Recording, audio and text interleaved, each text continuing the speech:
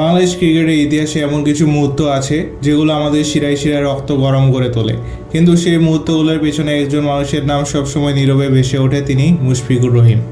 আপনি কি কখনো ভেবেছেন কীভাবে মাত্র 5 ফুট 3 ইঞ্চি উচ্চতার এক ছেলেকে একসময় হালকা করে দেখা হয়েছিল, বলা হয়েছিল সে আন্তর্জাতিক ক্রিকেটে টিকতে পারবে না, কিন্তু সেই ছেলেই পরে বাংলাদেশ ক্রিকেটকে নতুন উচ্চতায় নিয়ে যায়। কখনো ভেবেছেন কেন তাকে বলা হয় মিস্টার ডিপেন্ডেবল? আর আজ যখন তিনি একে একে বিদায় নিচ্ছেন একদিনের ক্রিকেট থেকে, তখন কি আমরা বুঝতে পারছি কি বিশাল এক অধ্যায়ের সমাপ্তি হচ্ছে? এই ভিডিওতে আমরা খুঁজে দেখব বগুড়ার ছোট্ট শহর থেকে শুরু করে আন্তর্জাতিক মঞ্চে বাংলাদেশের পতাকা উড়িয়ে দেওয়া পর্যন্ত মুশফিকুর রহিমের বিস্ময়কর যাত্রা। জানবো সেই গল্প যা অনেকের অজানা, সেই কষ্ট, সংগ্রাম আর সেই সব গৌরব যা বাংলাদেশ ক্রিকেট ইতিহাসে অমর হয়ে থাকবে। 1987 সালের 9 মে বগুড়ার এক সাধারণ পরিবারে জন্ম নেন মুশফিকুর রহিম। বাবা মাহবুব হাবিব, মা রহিমা খাতুন চেয়েছিলেন তাদের ছেলে পড়াশোনায় মনোযোগী হবে, কিন্তু ছোট্ট বয়স থেকে মুশফিকের মাথায় ঘুরপাক খেত অন্য স্বপ্ন, ক্রিকেট। বগুড়ার রাস্তায়, গলিতে, ছোট ছোট মাঠে খেলতে খেলতে তাই ক্রিকেটের প্রেম জন্ম নেয়। আশেপাশের মানুষ অনেক সময় বলতেন এত ছোট শরীর, ক্রিকেটে কি হবে, কিন্তু মুশফিকের ভেতরে ছিল এক অদম্য জেদ। ব্যাট হাতে দাঁড়ালে সেজন্য অন্য মানুষ হয়ে যেত। যখন অন্যরা বই নিয়ে ব্যস্ত, মুশফিক তখন গোপনে খেলতো বল আর ব্যাট নিয়ে। ইট সাজিয়ে বানাতো স্ট্যাম্প, প্লাস্টিক বল দিয়ে খেলতো। একসময় বাবা মাও বুঝতে পারলেন ছেলের ভেতরে ক্রিকেটের জন্য সত্যিকারের আগ্রহ আছে। তখন বাংলাদেশের ক্রিকেটের সুযোগ পাওয়া সহজ ছিল না, বিশেষ করে ঢাকার বাইরে থেকে উঠে আসা খেলোয়াড়দের জন্য।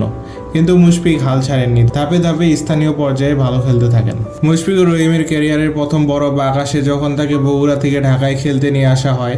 স্থানীয় পর্যায়ে প্রতিভা দেখিয়ে নির্বাচকদের চোখে পড়েন তিনি। ছোটোখাটো শরীর হলেও তার টেকনিক, শৃঙ্খলা আর পরিশ্রম সবার নজর কাড়ে।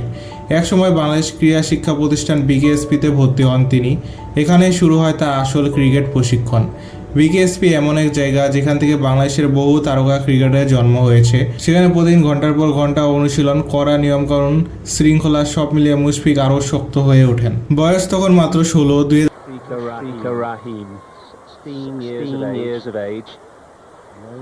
2004 সালে বাংলাদেশ অনূর্ধ্ব-19 দলে ডাক পান তিনি। খেলতে যান অনূর্ধ্ব-19 বিশ্বকাপেও। সেখানে দেখা যায় তার প্রকৃত সম্ভাবনা।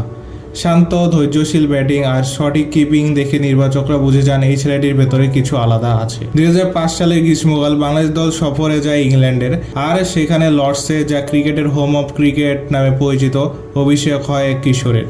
সেটি ছিল মুশফিকুর রহিমের টেস্ট অভিষেক। বয়স তখন মাত্র 18 বছর। ভাবুন তো, লর্ডসের সেই বিশাল স্টেডিয়ামে হাজারো দর্শক, গ্যালারির চাপ, সারা দুনিয়ার চোখ, এমন জায়গায় দাঁড়িয়ে ব্যাট হাতে নামা কি ভয়ঙ্কর হতে পারে একজন কিশোরের জন্য। কিন্তু মুশফিক ভয় পাননি। যদিও বড় রান আসেনি, কিন্তু তার কিপিং আর আত্মবিশ্বাস সবার নজর কাড়ে। অনেকে বলেছিলেন বাংলাদেশ ক্রিকেটের ভবিষ্যৎ এই ছেলের হাতেই। সেই সময় শুরু হয় তার প্রকৃত আন্তর্জাতিক যাত্রা। প্রথম দিকে খুব বেশি রান আসেনি, সমালোচনা হয়েছে, কিন্তু যে ছেলেকে অনেকে শারীরিক গড়নের জন্য হালকা করে দেখেছিল, সে ধীরে ধীরে নিজের প্রতিভা দিয়ে প্রমাণ করতে শুরু করলো যে উচ্চতা নয়, মানসিক শক্তিই আসল। আপনি কি কখনো ভেবেছেন যদি মুশফিককে তখন সুযোগ না দেওয়া হতো, যদি নির্বাচকরা ভেবে নিতেন এই ছেলেটা ছোটখাটো আন্তর্জাতিক ক্রিকেটের জন্য যথেষ্ট নয়, তাহলে আজ বাংলাদেশের ক্রিকেট কেমন হতো? কমেন্টে লিখে জানান। 2007 সাল ক্যারিবিয়ান দ্বীপপুঞ্জে বসেছিল আইসিসি ক্রিকেট বিশ্বকাপ। বাংলাদেশ দলকে নিয়ে তখন কোনো বড় প্রত্যাশা ছিল না। অনেকে ভাবতেন বাংলাদেশ হয়তো কেবল অংশ নিতে এসেছে, জয়ের কোনো সম্ভাবনাই নেই। কিন্তু তখনই ইতিহাস লিখে দিলেন এক ঝাঁক তরুণ, আর তাদের অন্যতম ছিলেন মুশফিকুর রহিম। 15 মার্চ, প্রতিপক্ষ ভারত। সচিন টেন্ডুলকার, সৌরভ গাঙ্গুলি, রাহুল দ্রাবিড়, যুবরাজ সিং, এমন স্টারে ভরা শক্তিশালী দল। কেউ কল্পনাই করেনি বাংলাদেশ তাদের হাতে পারে, কিন্তু সেদিন মিরাকল ঘটেছিল।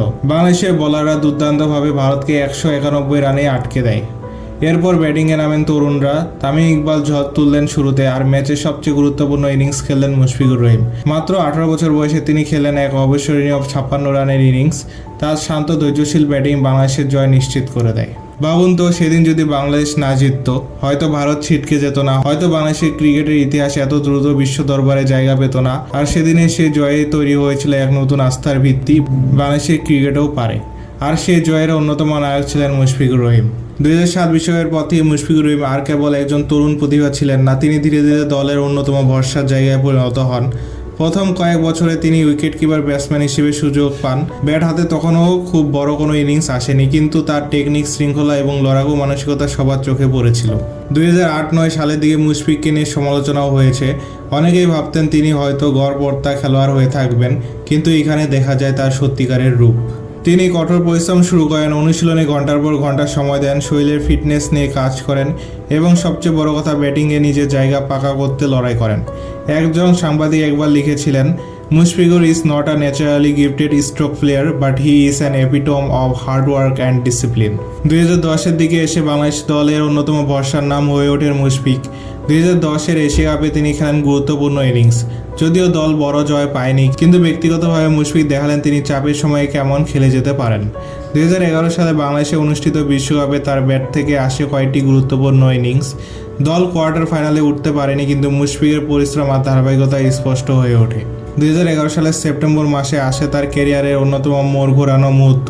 তিনি হয়ে যান বাংলাদেশ জাতীয় দলের অধিনায়ক। তখন মাত্র 24 বছর বয়স তার। অনেকেই সন্দেহ করেছিলেন এত ছোট বয়সে এত বড় দায়িত্ব কীভাবে সামলাবেন, কিন্তু তিনি প্রমাণ করলেন নেতৃত্ব মানে কেবল বড় বড় কথা নয়, বরং দলকে ঐক্যবদ্ধ করা, কঠিন সময়ে পাশে দাঁড়ানো। তার অধিনায়কত্বে 2011 সালে অক্টোবরে ওয়েস্ট ইন্ডিজের বিপক্ষে মিরপুরে বাংলাদেশ দল পায় এক ঐতিহাসিক জয়।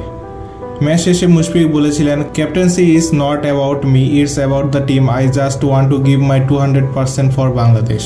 2013 সালের মার্চ মাস, শ্রীলঙ্কার গল টেস্ট। বাংলাদেশ তখনও টেস্ট ক্রিকেটে খুব একটা শক্তিশালী ছিল না, বড় দলগুলোর বিপক্ষে লড়াই করাই কঠিন হয়ে যেত, কিন্তু সেই ম্যাচে ইতিহাস গড়েন মুশফিকুর রহিম। প্রথম ইনিংসে বাংলাদেশ যখন কঠিন অবস্থায়, তখন মুশফিক ব্যাট হাতে মাঠে নামেন, একে একে কাটিয়ে দেন প্রতিটি চ্যালেঞ্জ, অবশেষে খেলেন 200 রানের এক অসাধারণ ইনিংস। এটি ছিল বাংলাদেশের প্রথম ডাবল সেঞ্চুরি টেস্ট ক্রিকেটে। ভাবুন তো, যে ছেলেকে একসময় বলা হয়েছিল আন্তর্জাতিক ক্রিকেটে টিকতে পারবে না, সেই ছেলে দেশে ইতিহাসের প্রথম ডাবল সেঞ্চুরি করলেন। সেই ইনিংসের পর পুরো ক্রিকেট বিশ্ব বুঝে গেল মুশফিক শুধু ভরসা নন, তিনি বাংলাদেশের ক্রিকেট ইতিহাসের অবিচ্ছেদ্য অংশ। যে কোনো সফল ক্রীড়াবিদের মতোই মুশফিকুর রহিমের জীবনেও এসেছে সমালোচনা, বিতর্ক, এমনকি ভুল বোঝাবুঝি। ক্রিকেট যেমন আনন্দের, তেমনি এটি চাপ আর মানসিক যন্ত্রণারও খেলা। 2011 সালে অধিনায়ক হওয়ার পর থেকে তার উপর চাপ বাড়তে শুরু করে। বাংলাদেশ দলের অবস্থা তখন খুবই অস্থির। একদিকে নতুন প্রজন্মের খেলোয়াড়রা উঠে আসছে, অন্যদিকে বড় ম্যাচে ধারাবাহিক জয় আসছে না। সমর্থকরা আশা করতেন মুশফিক নেতৃত্ব দিলেই যেন সব বদলে যাবে, কিন্তু বাস্তবতা ছিল ভিন্ন। 2012 সালে পাকিস্তানের বিপক্ষে এশিয়া কাপের ফাইনালে বাংলাদেশ হেরে যায় মাত্র 2 রানে। দেশের মানুষ চোখের জল ফেলেছিল। অনেকেই তখন সমালোচনা করেছিলেন ক্যাপ্টেন যদি সাহসী সিদ্ধান্ত নিতেন তাহলে বাংলাদেশ জিতত। কিন্তু মুশফিক ম্যাচ শেষে বলেছিলেন, আমরা শেষ মুহূর্ত পর্যন্ত লড়েছি, এই দল একদিন বড় কিছু করবে। 2013 সালের দিকে বাংলাদেশ ক্রিকেটকে নাড়িয়ে দিয়েছিল একটি ভয়ঙ্কর ঘটনা, ম্যাচ ফিক্সিং কেলেঙ্কারি। মোহাম্মদ আশরাফুলকে তখন নিষিদ্ধ করা হয়েছিল ফিক্সিংয়ে জড়িত থাকার কারণে। সেই সময় সমালোচনার আঙ্গুল অনেকের দিকেই উঠেছিল। যদিও মুশফিকুর রহিমের বিরুদ্ধে সরাসরি কোনো প্রমাণ পাওয়া যায়নি, তবুও মিডিয়া আর সমর্থকদের মধ্যে প্রশ্ন উঠেছিল দলের অধিনায়ক কি কিছুই জানতেন না। এমন পরিস্থিতি একজন তরুণ অধিনায়কের জন্য ছিল ভয়াবহ চাপের। মুশফিক তখন চুপ করে গেছেন, মিডিয়ার সামনে কম এসেছেন, কিন্তু ভেতরে ভেতরে তিনি অনুশীলনে আরও বেশি সময় দিচ্ছিলেন। প্রমাণ করতে চাইছিলেন তার একমাত্র উত্তর হবে মাঠের পারফরম্যান্স। বাংলাদেশের ক্রিকেট ভক্তরা আবেগপ্রবণ। জয় মানে তারা আকাশে তুলে ধরবে, আর পরাজয় মানে চরম সমালোচনা। মুশফিক অনেক সময় এই চরমতার শিকার হয়েছেন। 2014 সালের টি-20 বিশ্বকাপে বাংলাদেশ দল হেরে গেলে সামাজিক মাধ্যমে তাকে নিয়ে তীব্র সমালোচনা হয়। কেউ লিখেছিলেন এমন ক্যাপ্টেন দিয়ে দল চলবে না, আবার কেউ কেউ ব্যক্তিগত আক্রমণও করেছিলেন। কিন্তু এখানে একটি সত্যি লুকানো আছে, মুশফিকুর রহিম কখনো সামাজিক সমালোচনায় ভেঙে পড়েননি, তিনি বরং সেগুলোকে নিজের জেদে রূপান্তরিত করেছিলেন। 2014 সালের মাঝামাঝি সময়ে বোর্ড সিদ্ধান্ত নেয় মুশফিকুর রহিমকে সরিয়ে দিয়ে মাশরাফি বিন মুর্তজাকে অধিনায়ক করা হবে। অনেকেই ভাবলেন এটাই হয়তো তার শেষ, কিন্তু এখানেই আসে টার্নিং পয়েন্ট। অধিনায়কত্ব হারানোর পরও মুশফিকুর কখনো হাল ছাড়েনি, বরং ব্যাট হাতে হয়ে ওঠেন আরও ভয়ঙ্কর। 2015 বিশ্বকাপে বাংলাদেশ যখন প্রথমবারের মতো কোয়ার্টার ফাইনালে ওঠে, তখন মুশফিক ছিলেন দলের অন্যতম ভরসা। তার ব্যাটিং আর উইকেট কিপিংয়ে স্থিতিশীলতা এনে দেয় দলের ভেতরে। মিডিয়ায় তাকে নিয়ে আবার নতুন করে শিরোনাম হয়, Mushfiqur Rahim once criticized as a failed captain has now become Bangladesh most reliable batsman. Bangladesh cricket ইতিহাসে অনেক খেলোয়াড় ছিলেন যারা 1-8টা ম্যাচে নায়ক হয়েছে, কিন্তু ধারাবাহিকভাবে বছরের পর বছর ধরে চাপের মুহূর্তে দলের জন্য লড়াই করে গেছেন এমন ক্রিকেটারের সংখ্যা হাতে গোনা, আর তাদের শীর্ষে আছেন মুশফিকুর রহিম।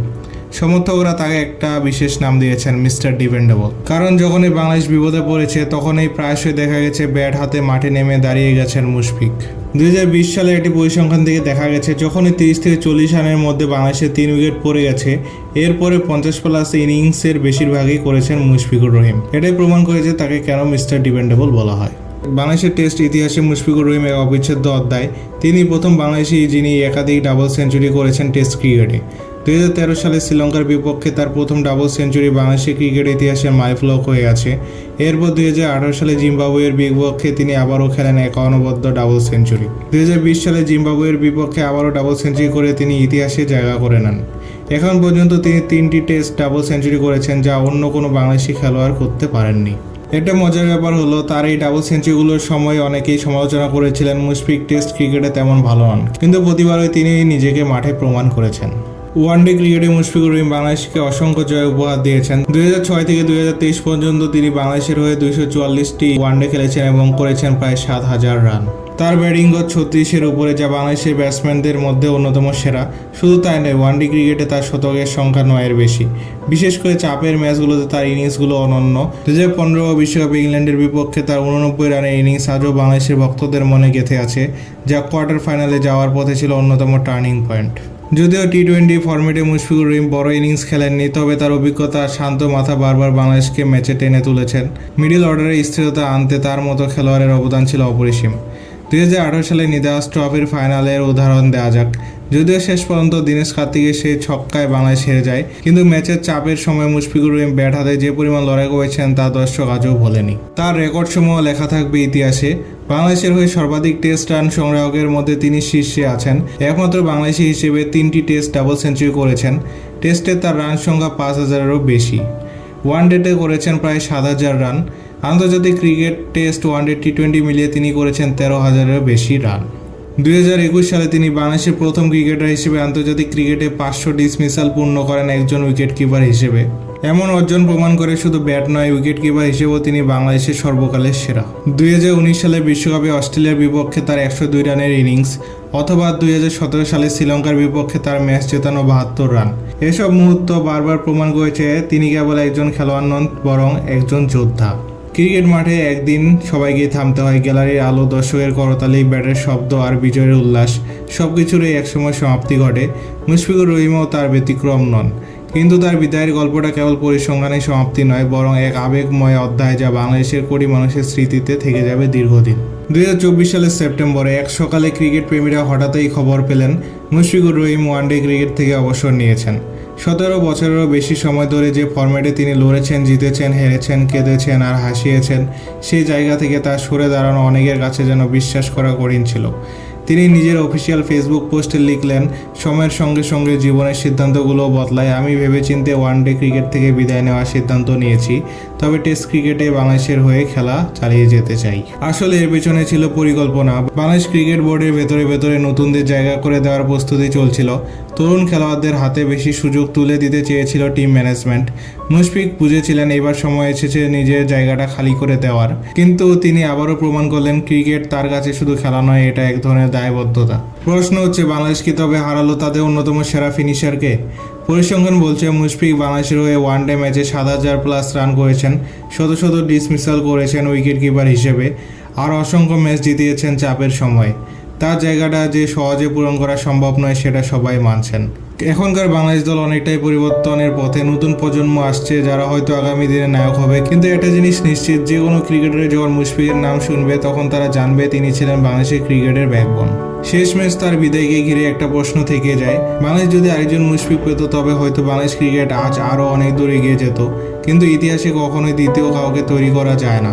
একজন মুশফিকুর রহিম একবারে জন্ম নেন, আর তার গল্পটা চিরকাল আমাদের ক্রিকেট সংস্কৃতির অবিচ্ছেদ্য অংশ হয়ে থাকবে। তার বিদায়ের পর প্রশ্ন জাগতে পারে, বাংলাদেশ ক্রিকেট এখন কোন পথে এগোচ্ছে? বাংলাদেশ তরুণরা কি তার মতো নির্ভরযোগ্য হতে পারবে?